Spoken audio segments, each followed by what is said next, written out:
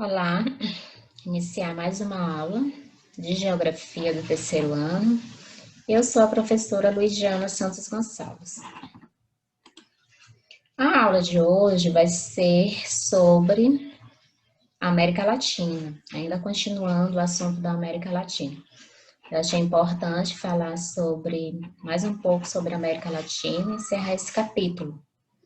Então, vai ser sobre um texto que tem na página 159, que fala sobre a América Latina e a colonialidade do poder. Vai falar sobre o poder exercido, tá? Como é que os países estão inseridos, tá? Na comunidade global, tanto os países da América Latina, quanto os países do Sul, da América Central.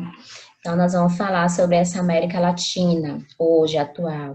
Então, para isso, a gente precisa entender como foi que esses países da América Latina, eles se comportaram ao longo do tempo, tá? Nós sabemos que os países da América Latina, eles foram colonizados, tá? O Brasil por Portugal e os outros países que compõem, tá? A América Latina, a América do Sul, foram colonizados pela Espanha, tá? Então, quais foram os processos, tá? Que envolvem essa colonialidade do poder?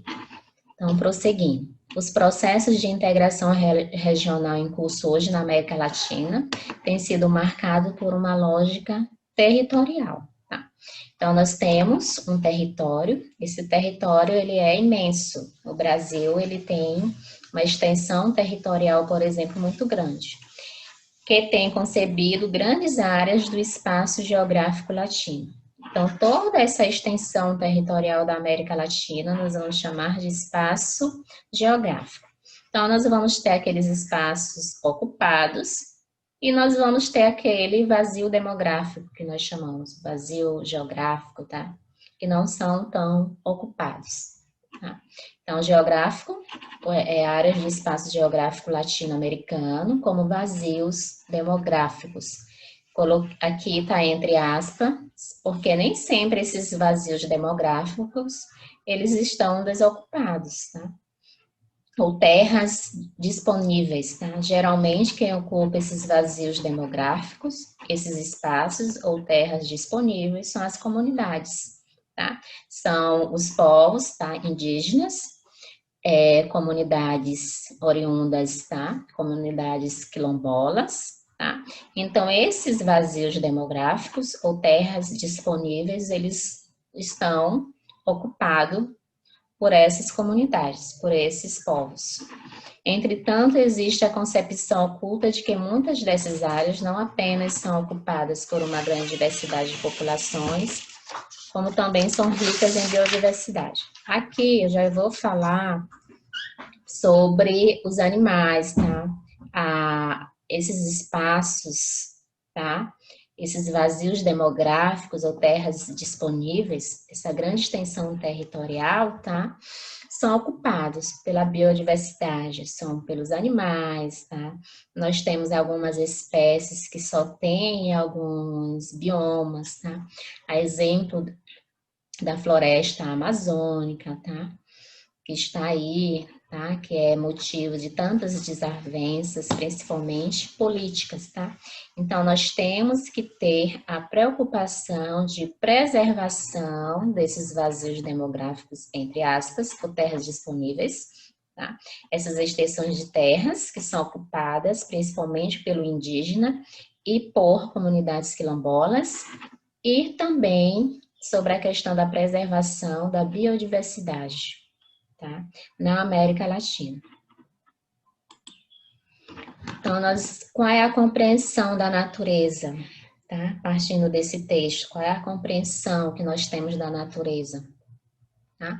Na concepção de desenvolvimento e integração regional, estou falando aqui ó, de desenvolvimento, já vou falar sobre os empreendimentos, as grandes construções, tá? Principalmente, tá?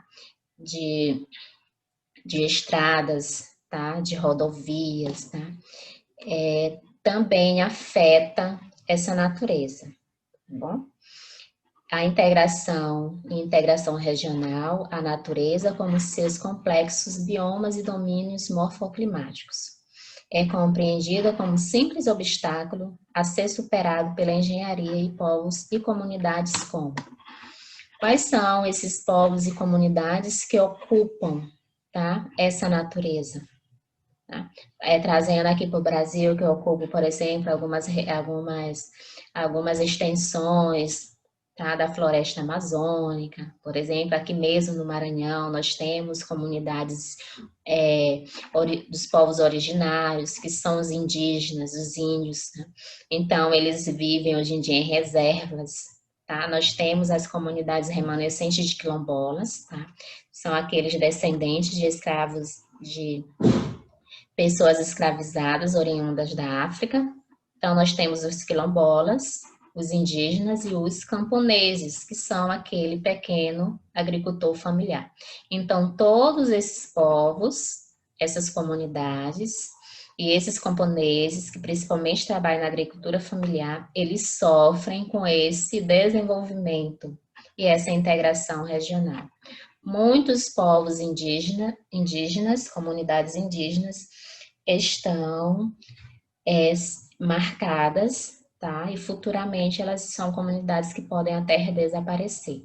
Então, as comunidades são atingidas, tá? Sua cultura, elas são atingidas também, tá? Por esses grandes empreendimentos. E por essa compreensão da natureza, como a população enxerga esses povos, essas comunidades, esses camponeses. Então, há de se ter um cuidado, tá, com esses povos e comunidades.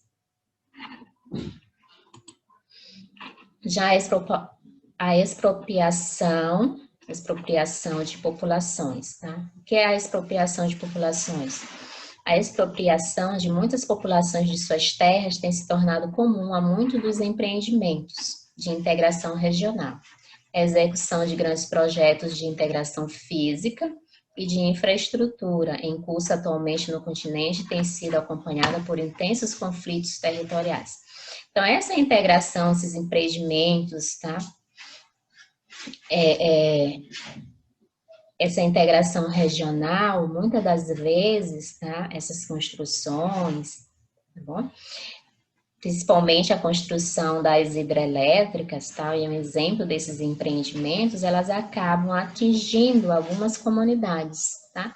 Nós temos aqui em Alcântara, tá? Que algumas comunidades quilombolas, elas foram afetadas, tá? E elas perderam seu lugar, seu território.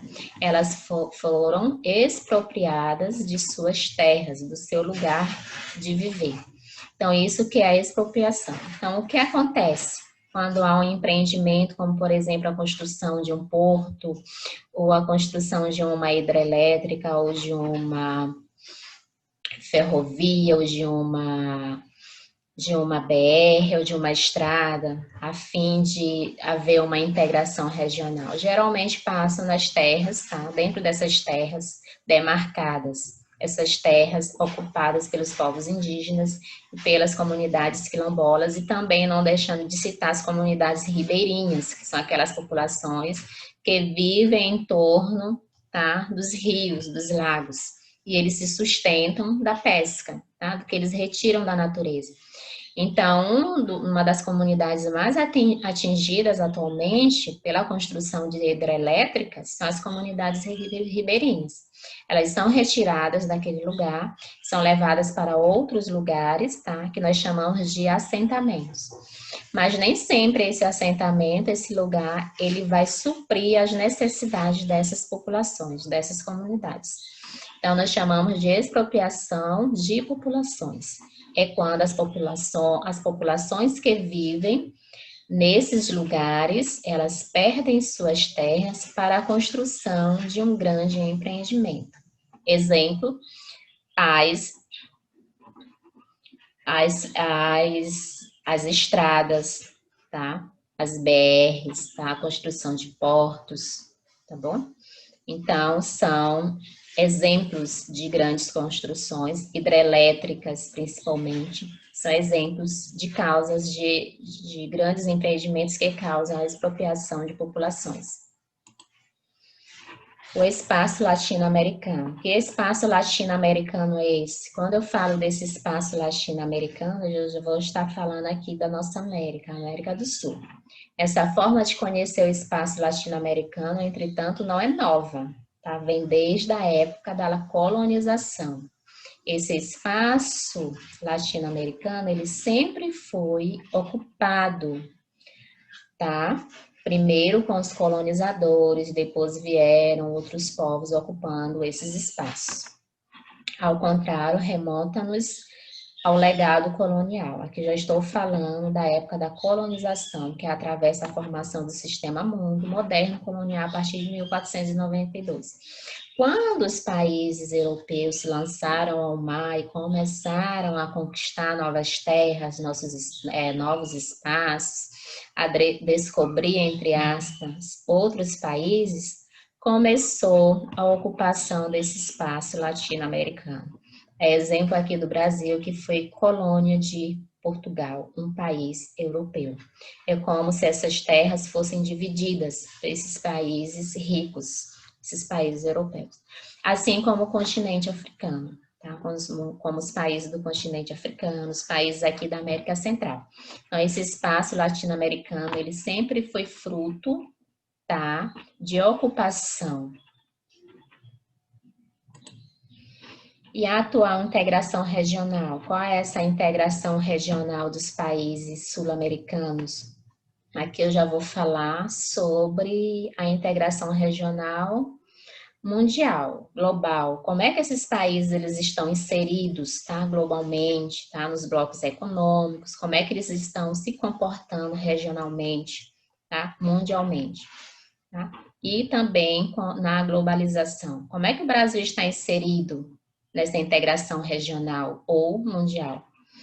A atual integração regional ocorre dentro de um novo cenário geopolítico, tá? Que eu já vou estar falando da geografia e a política, a integração regional desses países, no qual a China, tá?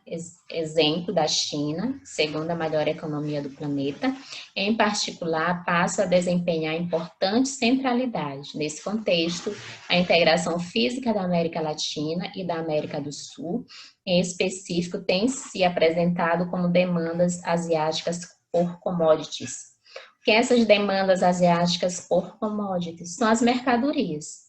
Então, essa integração regional, esses países da América Latina e da América do Sul, eles são fornecedores de mercadorias, principalmente para a China, tá? Professor, um exemplo de produto importado para a China, do Brasil e daqui do Maranhão e do Pará, tá? É o ferro, tá? O nosso ferro, ele é uma mercadoria, tá? Tira in natura da natureza, é trazido para o porto aqui do Itaqui, e de lá ele segue para a China e volta como alumínio, por exemplo, volta beneficiado para nós fazermos as compras. Então, o Brasil é fornecedor de mercadorias in natura, tá? Então, é retirado da natureza, tá? E é importado para outros países in natura, que são as mercadorias. Então, o Brasil, tá? Assim como os outros países aqui da América do Sul, da América Latina, eles são fornecedores de commodities, que são as mercadorias, principalmente para a China. Aqui já vou falar sobre as perspectivas da América do Sul diante da nova configuração geográfica mundial. Quais são as perspectivas, né, da América do Sul, dos países sul-americanos, diante da configuração geográfica mundial? Como é que esses países eles estão configurados nesse cenário mundial? A integração física no mercado, nos marcos, perdão, do livre comércio e da abertura externa, tal como vem sendo até aqui, tem de atualizar uma história de longa duração, em que a Ásia, de novo aqui, ó, já vamos falar do continente asiático, também já vamos falar da China, tá? A China, principalmente, passa a ter um lugar de destaque, conforme podemos identificar na nova geografia comercial dos países latino-americanos, sul-americanos. Então, a China, ó, ela é um grande comprador de mercadorias. Então, os países da América do Sul, eles são fornecedores de commodities, de mercadorias para a China. Então, vai desde do ferro, que já citei como exemplo, a soja que nós produzimos aqui no sul do Maranhão.